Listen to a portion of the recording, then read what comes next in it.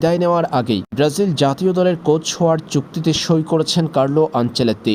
এবার অফিসিয়ালি দায়িত্ব গ্রহণের পালা। গতরাতে রিয়াল সোসিয়েদাদের বিপক্ষে রিয়াল মাদ্রিদ খেলেছে লা লিগার এবারের মৌসুমের শেষ ম্যাচ। আর এই ম্যাচের মধ্য দিয়ে শেষ হয়েছে কার্লো আনচেলত্তির রিয়াল যাত্রা।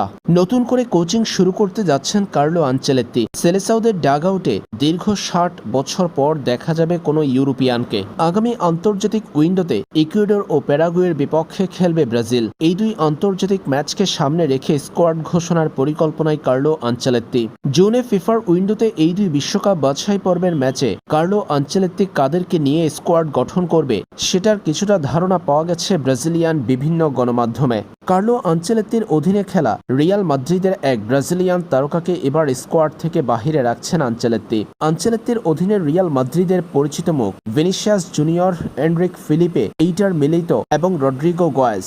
এদের মধ্যে ভিনিসিয়াস জুনিয়র, এনরিক ফিলিপে, এইটার মিলিতো কার্লো আনচেলত্তির স্কোয়াডে থাকলেও বাদ পড়ছেন রড্রিগো গোয়েস। অর্থাৎ কার্লো আনচেলত্তি যে প্রাথমিক স্কোয়াড গঠন করেছে সেখান থেকে বাদ দেওয়া হয়েছে রড্রিগোকে।